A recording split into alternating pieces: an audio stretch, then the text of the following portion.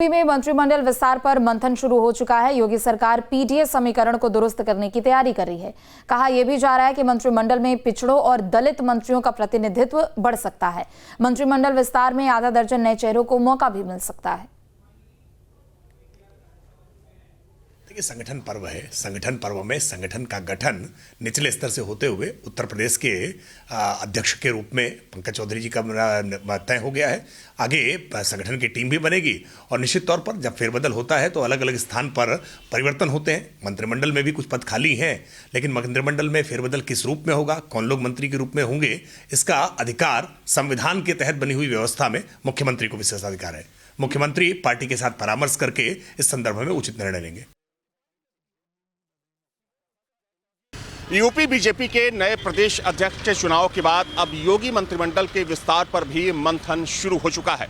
सूत्रों के हवाले से एक बड़ी खबर यह है कि खरमास के बाद यानी कि 15 जनवरी के बाद कभी भी योगी मंत्रिमंडल का विस्तार किया जा सकता है। हालांकि इस बात की संभावना है कि ये विस्तार अगले साल फरवरी में किया जाएगा।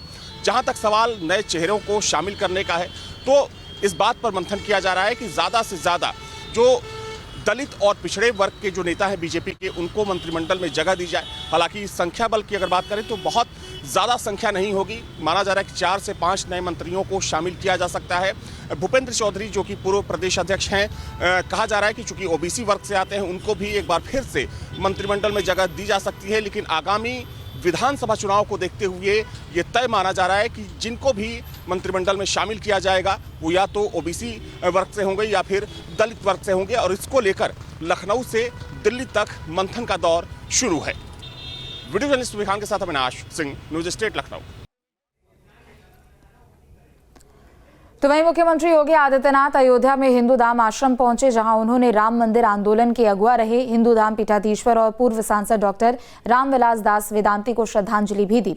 सीएम ने उनके पार्थिव शरीर पर पुष्पांजलि अर्पित कर उन्हें नमन किया। इस दौरान हिंदू धाम आश्रम में बड़ी संख्या में संत भी मौजूद रहे। साथ ही जनप्रतिनिधि और बीजेपी नेताओं ने भी डॉक्टर रामविलास दास वेदांती को नमन किया।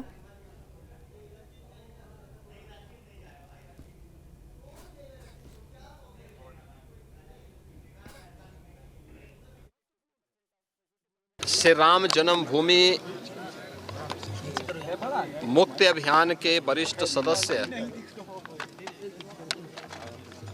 वशिष्ठ भवन अयोध्या के श्री महंत डॉक्टर रामविलास वेदांती जी महाराज भौतिक देह से आज हमारे बीच में नहीं हैं। उनका पूरा जीवन अयोध्या धाम में रामलला के भव्य मंदिर के निर्माण और अयोध्या धाम के विकास के लिए समर्पित रहा है। एक प्रकार से कहें तो पूरा जीवन उन्होंने राम काज के लिए अपना समर्पित किया था।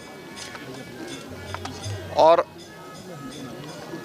ये संजोग ही है कि श्री राम की पावन कथा का वाचन करते करते उनकी भौतिक देह भी नश्वर काया से उन्होंने मुक्ति ली है। आपके मोबाइल पर तुरंत आएगी ब्रेकिंग न्यूज। स्क्रीन पर सबसे पहले दिखेगी बड़ी खबर। देश दुनिया की हर खबर एक जगह। अब आपके मोबाइल पर तुरंत फटाफट इंस्टॉल कीजिए न्यूज नेशन ऐप और रखिए खुद को अपडेट।